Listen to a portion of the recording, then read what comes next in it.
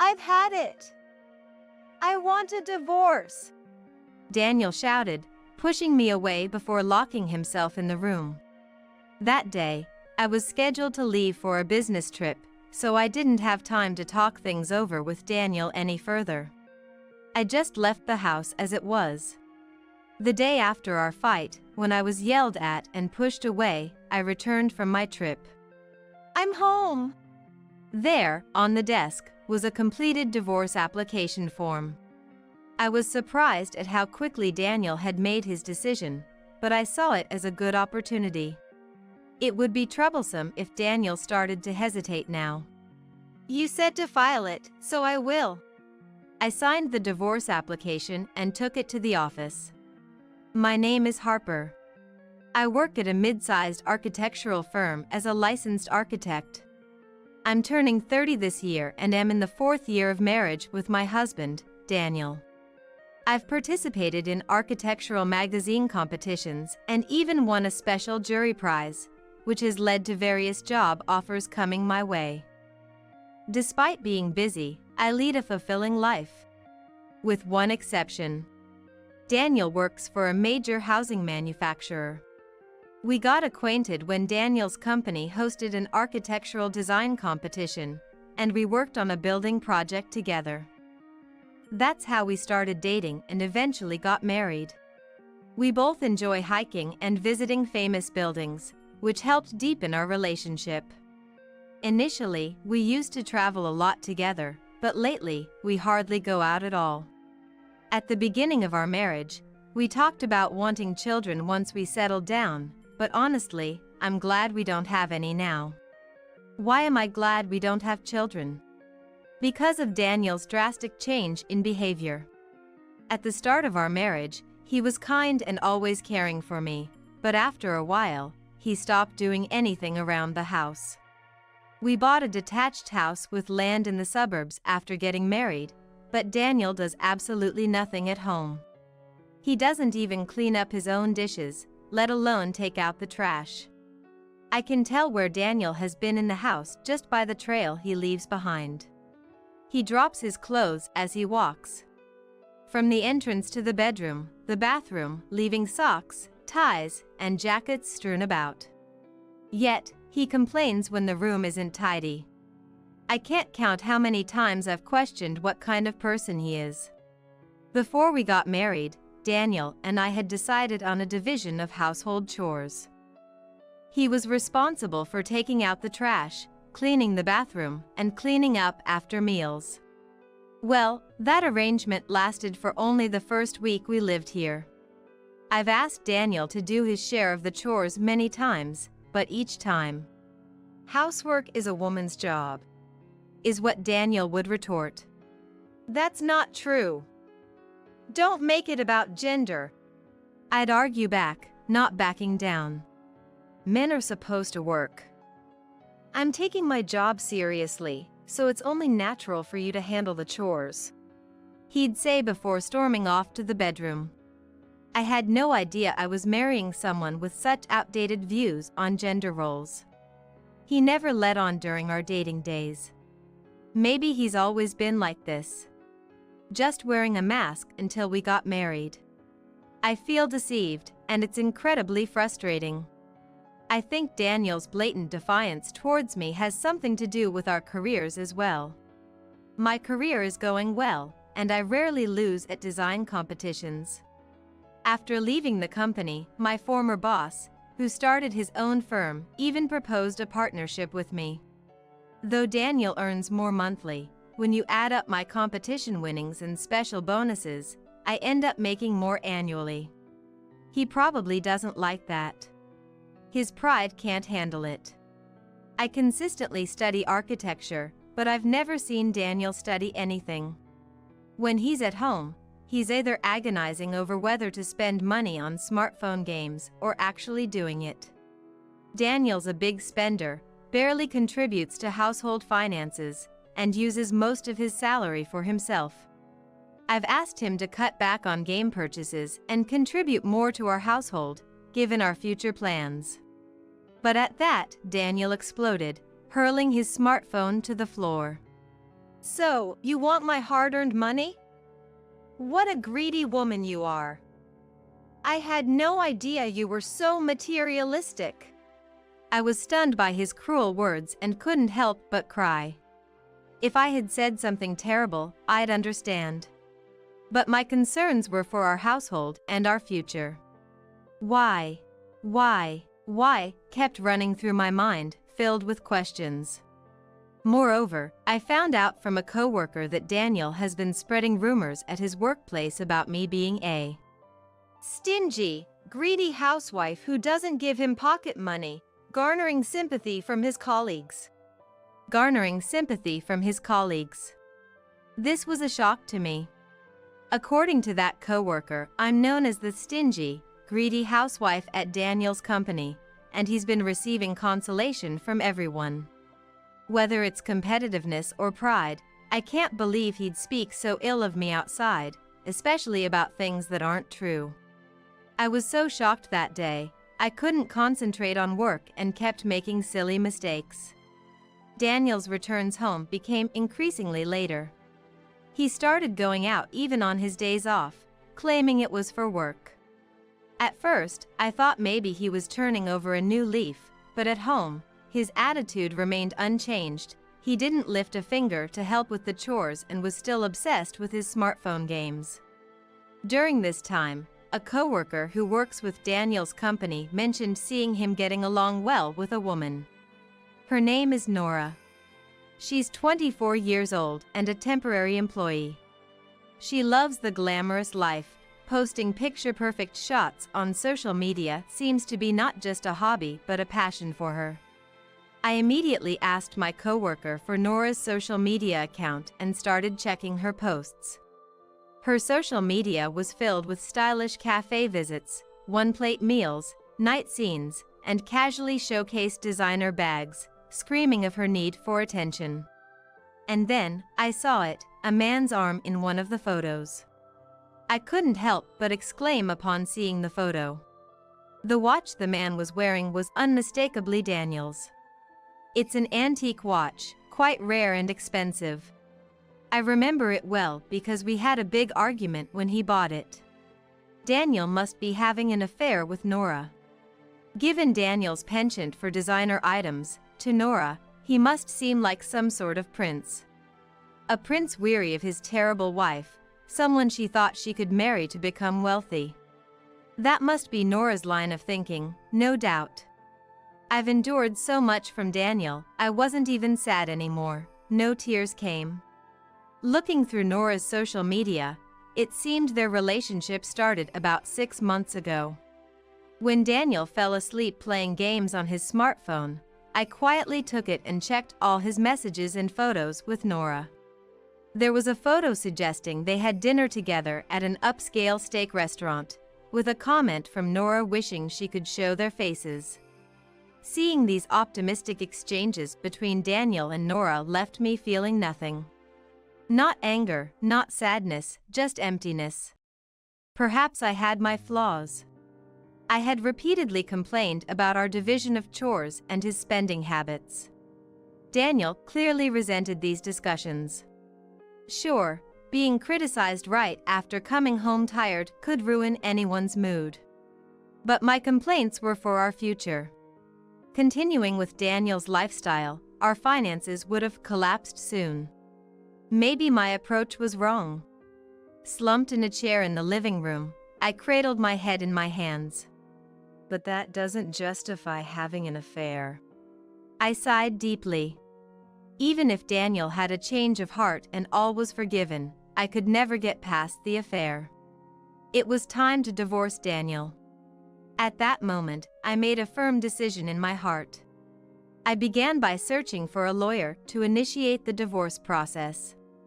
Among my former clients for whom I had designed houses was a lawyer.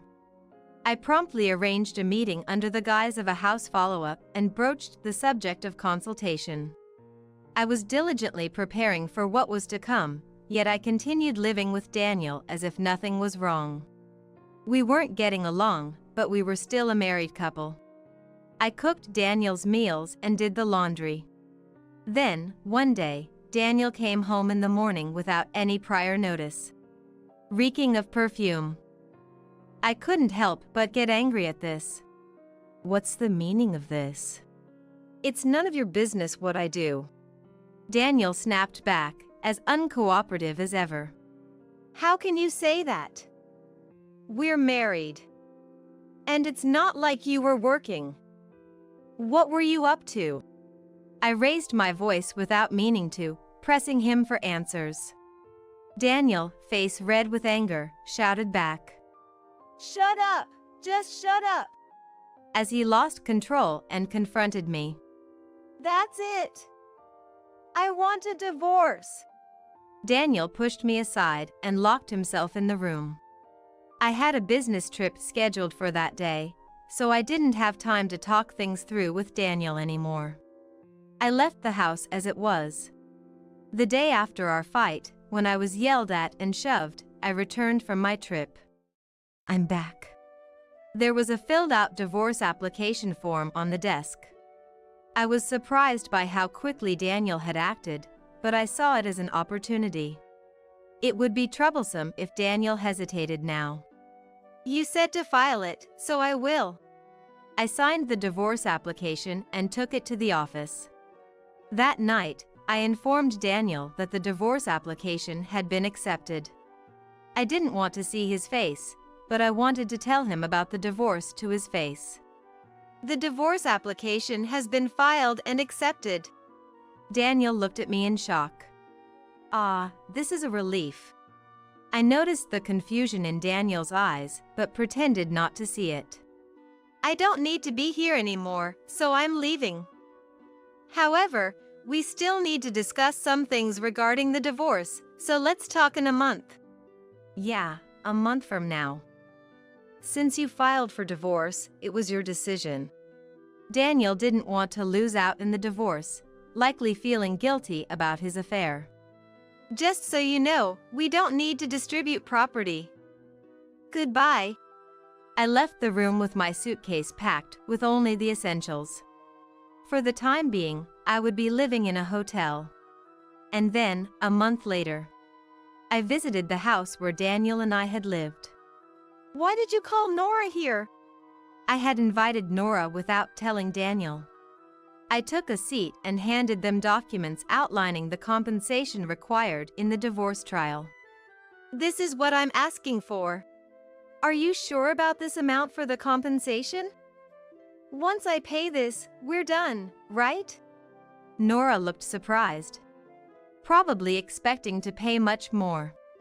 So, with this, Daniel and I can happily live here, huh? Nora said, gazing dreamily at the Italian sofa, the table, and the German refrigerator in the living room, snuggling up to Daniel's arm. Living in such a stylish house with Daniel is like a dream. Daniel smiled broadly, obviously pleased. I thought they were both greatly mistaken, but chose not to point it out. Nora's social media posts already featured the furniture and appliances of this house as if they were her own. She was looking forward to their life here. Just so you know, I'll be taking everything I bought after we got married. Understand? Daniel's smile faded. Yeah, I get it. Just hurry up and take your things and go. Since I'm younger than Harper, our tastes are different, you know. So, leaving clothes or bags behind. Nora said, throwing a veiled insult my way. Yeah, we don't need your drab stuff. I don't even want to remember you. Daniel added. I sighed lightly. They're too foolish. Or maybe it's Nora's toxic influence. Better to let them keep their misunderstanding. It'll make things easier for me. I thought to myself. That's all for now. The movers will be here in the morning, so be ready. Nora and Daniel were too caught up in each other to even glance my way. Hey, we should change the curtains. They're so plain. Nora said, looking adoringly at Daniel. It seemed Daniel didn't understand what not doing a distribution of property meant. I stepped out and looked back at the house. Enjoy dreaming of your beautiful married life for now. I can't wait to see your faces tomorrow." I walked away, feeling lighter. The next day, I met the movers in front of the house. Daniel and Nora had come to the entrance. Eager to see me off, it seemed. "We have another truck parked nearby. There's a lot to move, so we'll start right away."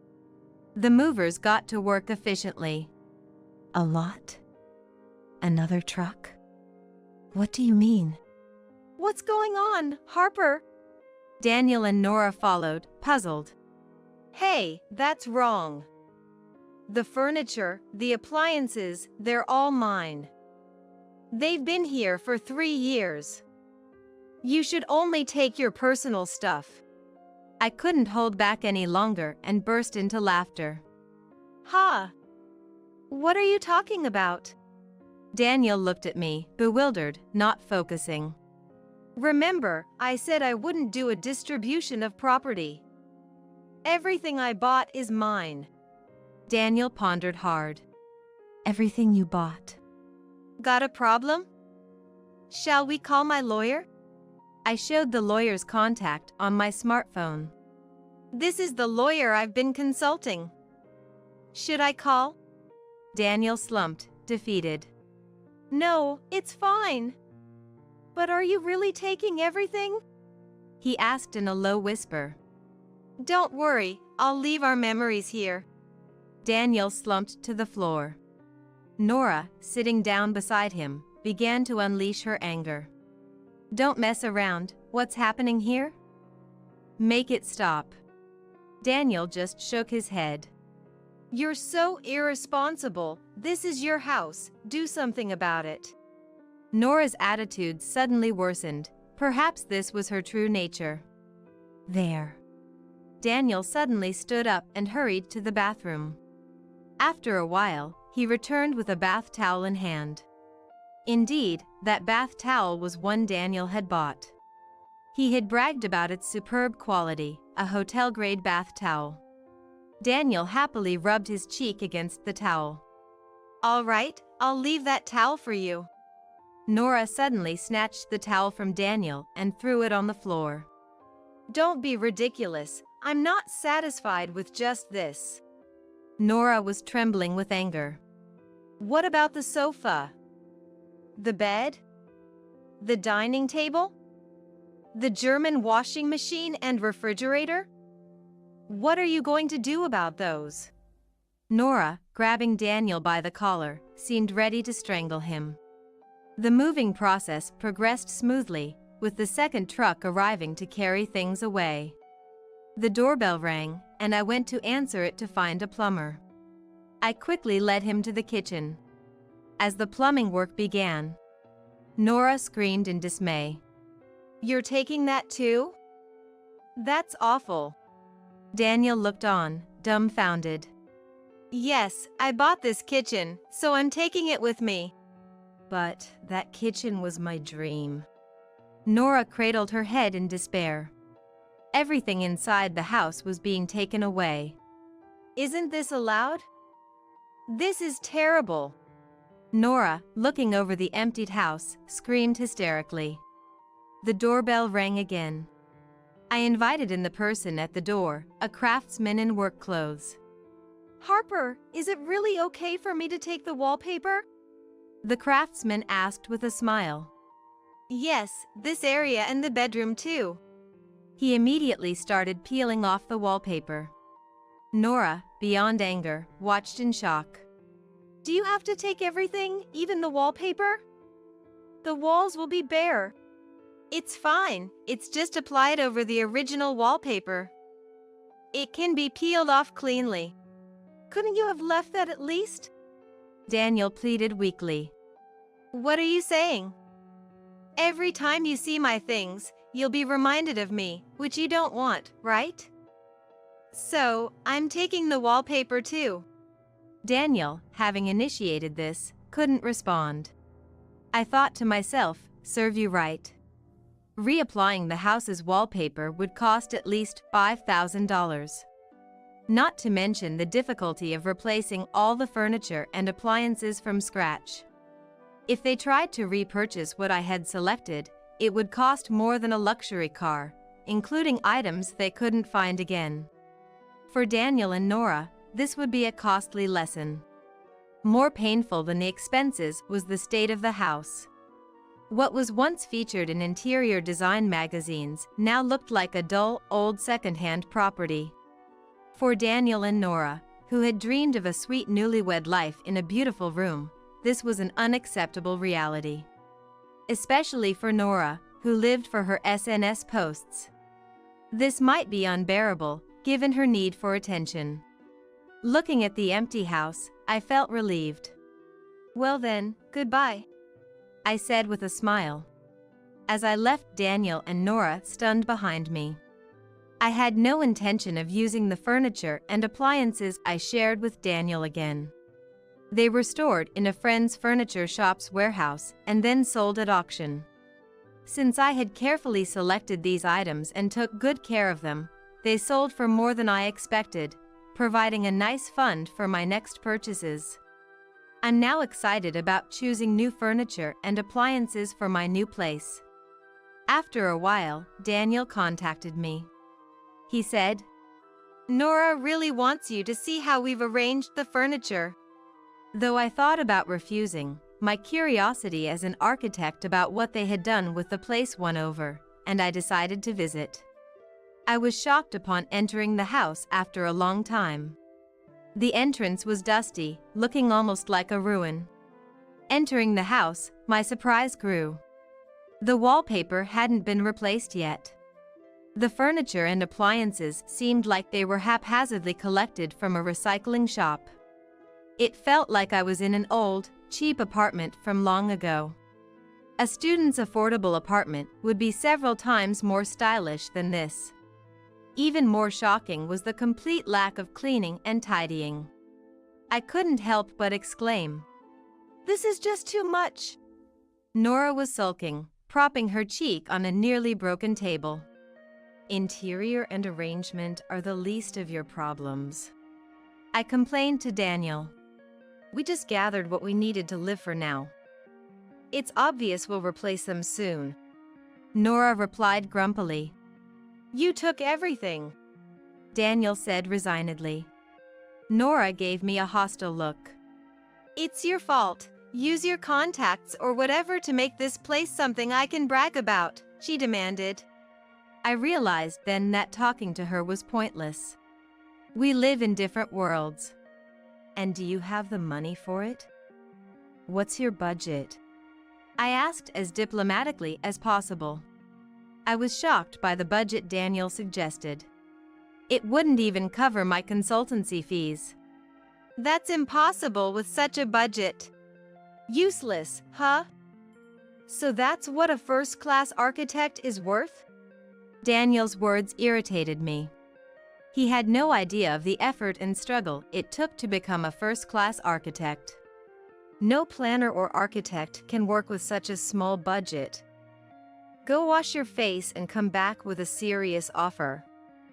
Ridiculous. Nora seemed genuinely to have wanted to make it work with that budget. Suddenly, she slammed her palm on the table. "Ridiculous? Did you come here just to look down on me?" At that point, discussing seriously with Nora felt utterly foolish. "If you're going to be like this, I can leave. But you should use that little budget to improve your interior sense. Always looking down on us, huh? I don't care if you're an architect or whatever, don't get too full of yourself." "Enough, Nora." Daniel, looking exhausted, tried to calm Nora down. "Why should I?"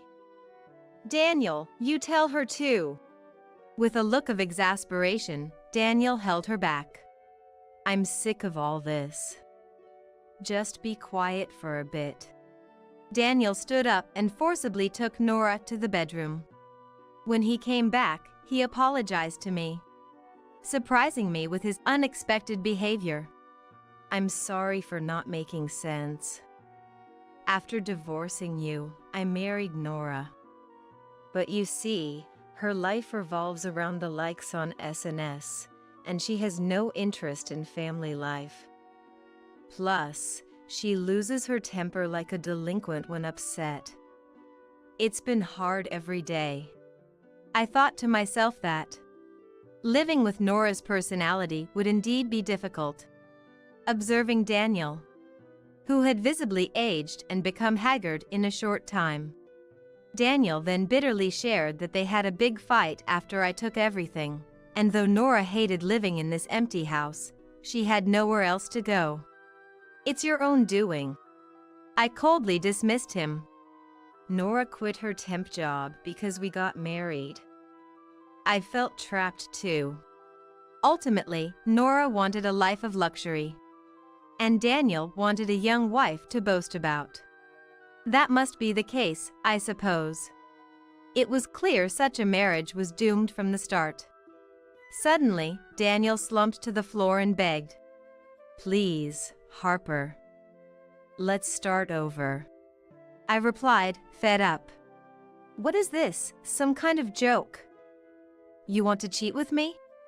Daniel shook his head while apologizing. "It was a moment of folly. I realized after you were gone that there's no one better than you." You.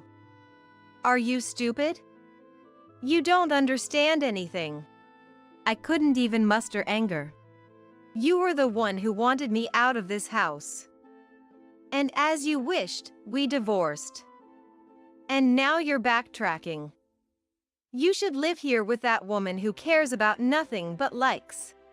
"Wait, just wait." Daniel clung to my feet, his tears and snot making me feel disgusted. I kicked him away and left the house. Nora didn't show herself from the bedroom, probably not wanting to admit defeat. Well, I guess I won't be seeing those two or visiting that house ever again. Out of spite, I reported the divorce to Daniel's parents.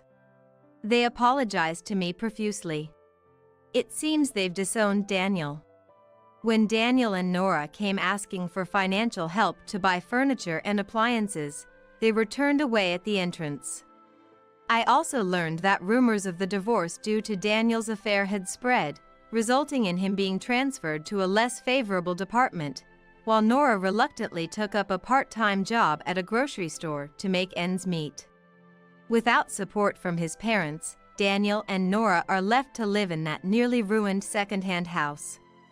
As for my next residence, a real estate agent I know introduced me to a gem of an apartment. It's a low-rise vintage condo, and I've been meeting daily with an interior planner to decide on the decor. As for work, after winning several architectural competitions, I left my office amidst regrets. I've started an architectural firm with a senior colleague who had been inviting me to join for some time. My annual income has significantly increased, but with it comes the luxury problem of being too busy and wanting some leisure time.